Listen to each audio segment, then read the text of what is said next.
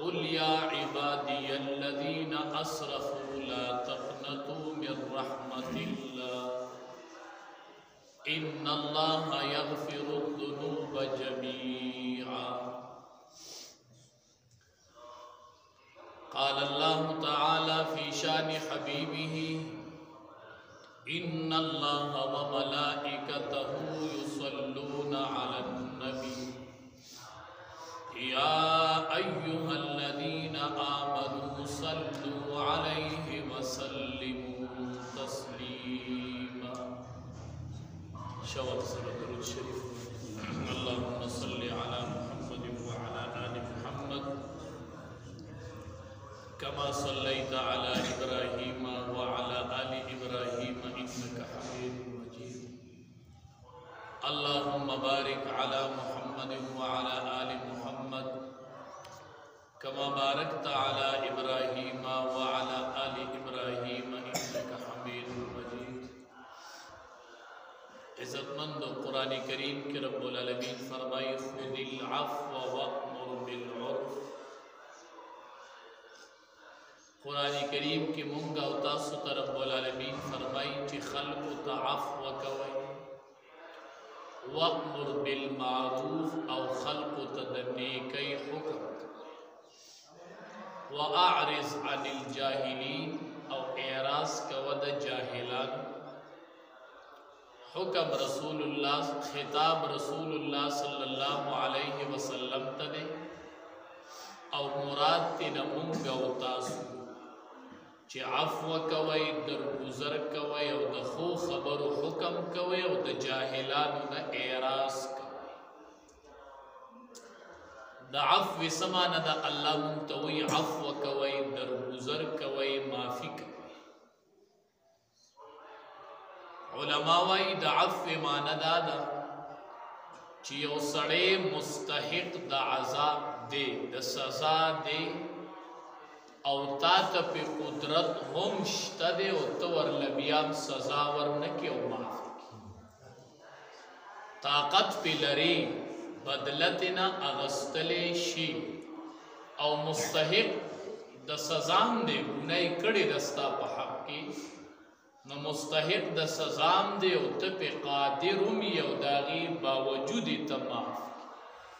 دیتا عفو وی. اللہ تبارک و تعالی قرآن کریم کے منتد عفو حکم دا درگزر حکم کئی چی عفو کوئی درگزر کوئی دا یو بل سر حسن سلوک معمولی خبری بس یو بل تمافی کوئی لاندے باندے راشی بس یو بل بخی یو بل تعفو کوئی یو بل سر بغض و حسد مسئل. فلم قرآن کریم کے رب العالمین وائی قل یا عبادی الذین اسرفوا لا تقنطوا من رحمت اللہ. اے زما اغی بندیانو چی تاسو پزان بانی زیادے کڑی گناونم کڑی. قل یا عبادی الذین بندیانو گناہ کڑی دا بیا ورتم اللہ وی یا عبادی اے زما بندیان دانا چی گنام اوکڑلنو زما بندیان وسنے ما دا بندیانو دا لسن نئی استی. قل یا عبادی الذین اسرفوا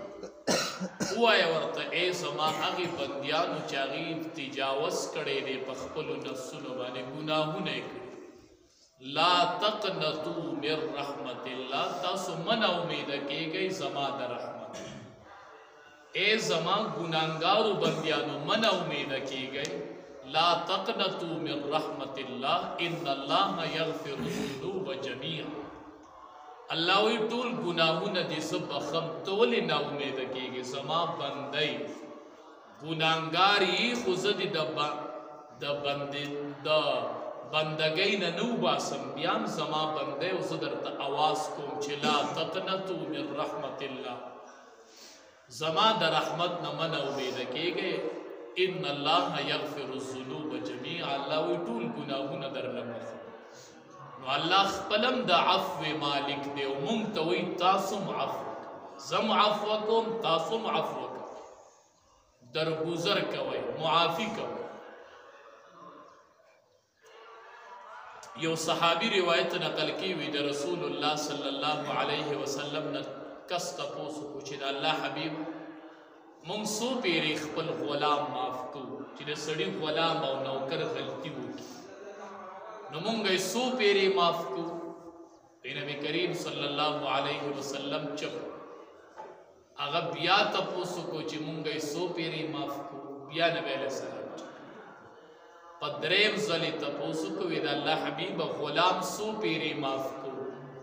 نبی کریم صلی اللہ علیہ وسلم ورطو فرمائل وی اویا پیری معاف کوئی چی پورس کی اویا پیری اگا غلطیو کی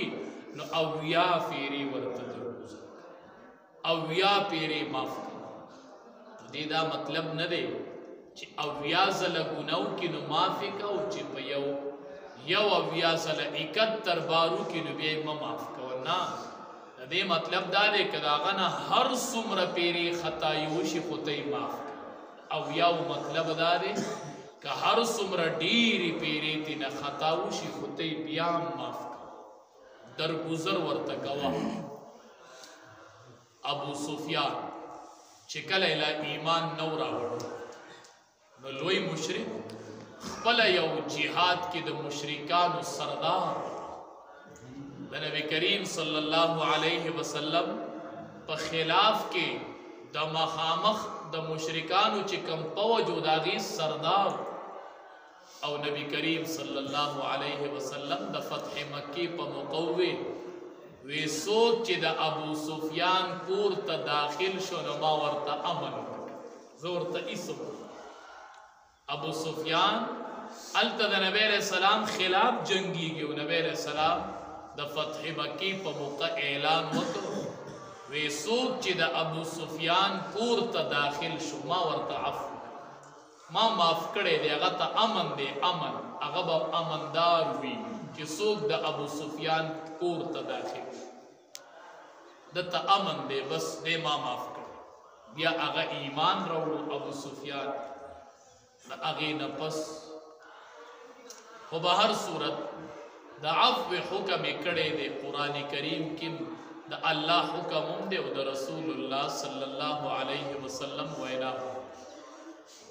حدیث شریف کے رازی رسول اللہ صلی اللہ علیہ وسلم فرمائی وی پدریو سیزنو ز قسم خورو دا نبی کریم صلی اللہ علیہ وسلم ار خبر اغد ٹک وی او رشتیا وی آگئی کی چی دا چا دا دروغ و گمانی اگر مسلمان نپاتی کی دا نبی کریم صلی اللہ علیہ وسلم خبرو کی دا احتمال نہیں ان ہوا الا وحی یوحا اگر تا خدا اللہ دا طرف نہ وحی کی نبی کریم صلی اللہ علیہ وسلم فرمائی پدریو خبرو زم قسم خورو چی دا سچی دیو دا حقیقت دے دا دری خبر قسم پہ زکا خورم چستاسو تا خبر خب تاکید تا خبر خب مضبوطی یو پا دی خبر قسم خورم چی مال پا صدقہ باندے نکمی سوک چی صدقہ خورکی اد اللہ حبیب ہوئی زا قسم خورم چی دا مال نکمی دا خبر بسند سڑی ذہن تپریوزی بیام اگوی کمی گی نبی علیہ السلام ہوئی قسم خورم چی نکمی چی کم سڑے دا مال نا صدقہ ورکی دا مال بس سیواکی کی خو کمی کی بنا بدے کہ اللہ برکت ورچی بظاہر بتوائی چی کم شو خودے کہ با اللہ برکت ورواچی دا اماو کمانا بمال درکی یا با پدے لگو پیسو کہ اللہ دمر برکت ورواچی چی تب پی دیر کارو نو کل نا کل دیری پیسی ہو تب لگ کارو منگی کل بلگی پیسی ہو تب پی غٹ کارو کہ دا پکی اللہ برکت ورچی نو پس صدقی سر نبی کریم صلی اللہ علیہ وسلم وی ز قسم خورم چی پس صدقی سر مال نکمی پدی ز قسم دویم نبی کریم صلی اللہ علیہ وسلم فرمائی وی ز پدی خبر باندی قسم خورم چی دا کم سڑی سر ظلم وشی یو سڑے ور سر ظلم وکی او دے اغت معافی وکی پا دی ماپی باندی بدد عزت وچتی زب قسم خورم چی دد با عزت وچتی مونږ سوایو د ما سره ظلم کړی زه به ترې انتقام علم خو انتقام بدله مې وانه غستله خلق به وایي چې دا کمزوری و دا داسې و بیا به راته خلق سپک ګوري چې ده د ده نه بدله وانه او نبی کریم صلی الله علیه وسلم وایي زه قسم خورم چې د چا سره ظلم وشي او دا کس دته معافي وکړي د ظالم نه بدله وانلي او معافي ورته وکړي نبی کریم صلی الله علیه وسلم فرمایي زه قسم خورمه چې الله به د دې سړي عزت سي دې کوم سړي چې عفو په عفو سره الله د بنده عزت ښه اوچتوي مونږ وایو د ده په عزت کم شو الله وایي نه عزت یې ښه اوچتوي دې ښه دروند شو چې کله د عفو او دریم چې کم سړی د سوال دروازه کولو کې او دې سوال کوي نبی کریم صلی الله علیه وسلم فرمایي وی الله تبارک وتعالی به په ده باندې د غریبۍ دروازه دې د سوال دروازه کوله وی الله وی زه پې د غریبۍ دروازه سوال حتی الوسط احتراز پکار دې د سوال دروازه کولو کې نبی علیہ السلام وی رب العالمین پې نه د فقر دروازه کولو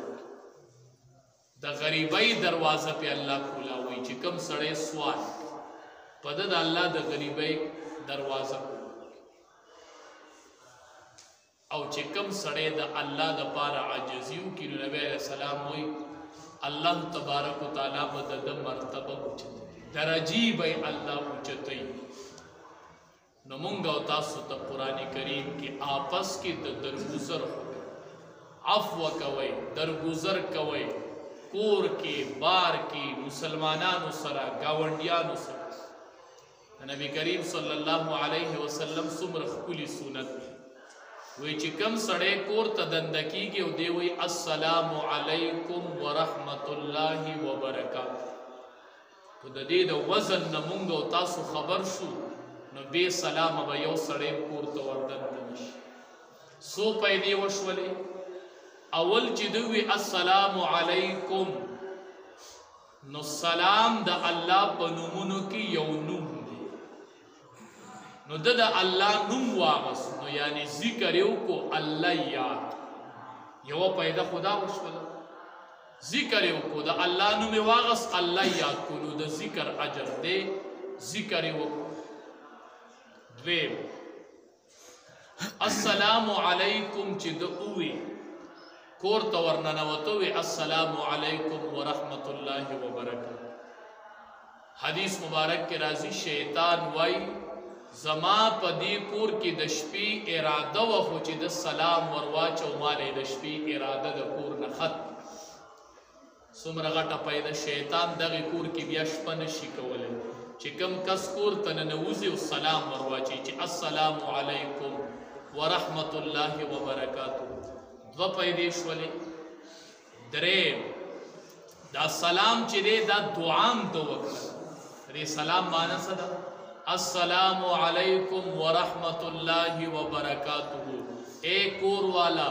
پتاسو دی دا الله د طرف نه سلامتی او رحمتونه د الله دی پتاسو نازل شي او برکتونه د الله دی پتاسو څومره ښکلې دعا وکړه سلام معنا تاسو دی د ټولو مصائب او مشکلاتو نه په امن یو محفوظ یې ګوره دې کور کې به جنګ جګړه نه راځي ټرای دې کور کې به ډېر مصائب او مشکلات او جنگ جګړې او اختلافونه نه راځي چې کوم سړی کور ته ننوځي او سلام ورچي ځکه د دې معنی دا ده السلام علیکم تاسو د سلامتی او تاسو د ټولو شرورو نه بچ یې الله هم د ټولو شرورو نه محفوظ اوسه نو چې سړی د ورځې 15 شپږ به کور ته ننوځي او دا دعا کوي دې کور کې به اختلاف راشي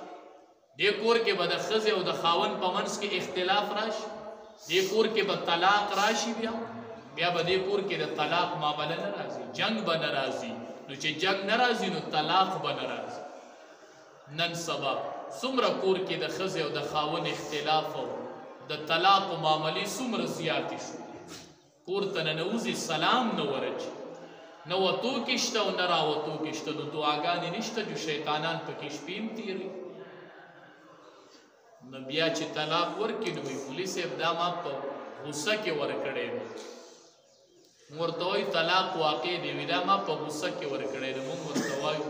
طلاق خو یې په غصه کې، په رضا په خوشحالۍ کې څوک طلاق ورکوي چې ښه به خوشحالې ښه په طبیعت کې به ناست وي، بیبي به ورله چای راوړې، دی به ورته څه وایي چې زه ته په ما طلاق، داسې خو څوک طلاق نه ورکوي. دا خو یې د غصې حالت او د جنګ حالت.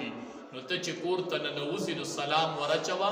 السلام علیکم ورحمت الله وبرکاته. بچو ته وایي سلام ورچوئ. نو څو پیرې چې تو بچي دنده کېږي او دا سلام ورچوي، نو څومره دعاګانې ته د کور دپاره کوي. په دې کور په دې خلقو د احسان دی، احسان. دې کور کې به امني، دې کور کې به چینی او دې کور کې به سکونی، دې کې به جنگ جګړې نه راځي، دې کې به ښکلی امن د مینې او د محبت کورونه به د خلکو جوړ شي. که مونږ په دې باندې لږ عمل وکړو، بل چې مونږ او تاسو د یو بل سره مخامخ میلاویږو چې وایو چې السلام علیکم ورحمت الله، رالی او لاړې او ښه چارې دا السلام علیکم ورحمت الله وبرکاته. سلام د بنده سره وکړو. نبی کریم صلی الله علیه وسلم چې به داسې سلام وکړو د چا سره معانقه، هغې پورې به یې لاس نه لرکو چې څو پورې به هغه نه ورکړي، هغې پورې به یې مخ نه اړو چې څو به دې بنده مخ نه وړو. نو یقین وکړه خو داسې سلام شروع شو نو د نفرت ته هواګانې به والوځي، د امن فضا به راشي، د خوشحالۍ هواګانې به والوځي چې هر سړی د سړي سره داسې جوخ سلام وکړي، السلام علیکم، دا لاس یې ورله لږ داسې نیولي او مخ ته ورته هم نیغ نیغ ګوري، یقین وکړه دې سره محبت پیدا کړي. د نفرت هواګانې به والوځي، د مینې او د الفت او د محبت فضا به قایمه شي. نو د سلام مانم په حقیقت کې تاغي بنده ته دعا وکړله چې الله دې د هر قسم شرورونه محفوظ کړه. هغه وایي وعلیکم السلام ورحمت الله، پتا دې سلامتی، پتا دې الله رحمتونه راوړي، پتا دې الله برکتونه را نازل کړي. نو هم دواړو ذکر وکړو، هم دواړو یو بل ته دعا وکړله، د الله نوم یاد.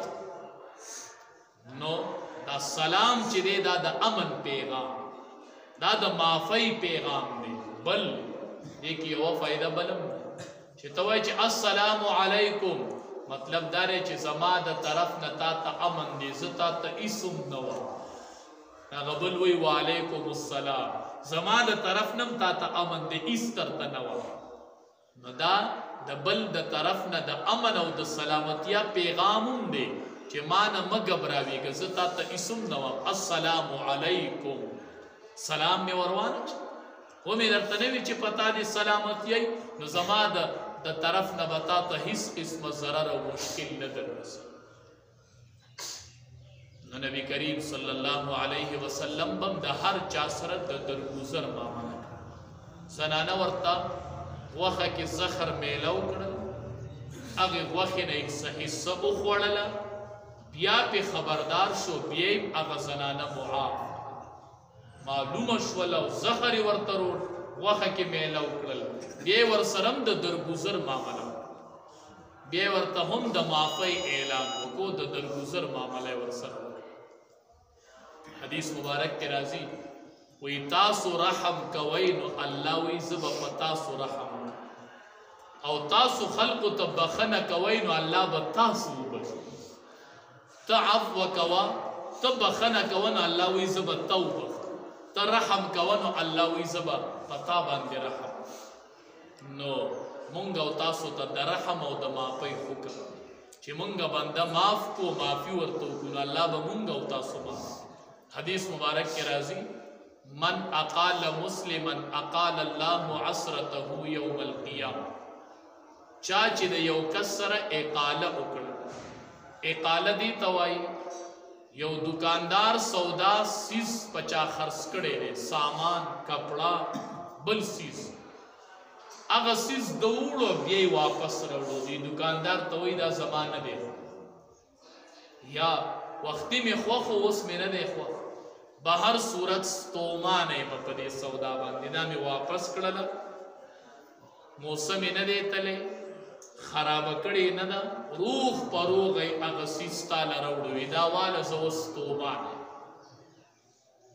دا دکاندار ورته وایي راکړه ستا څو پیسې وي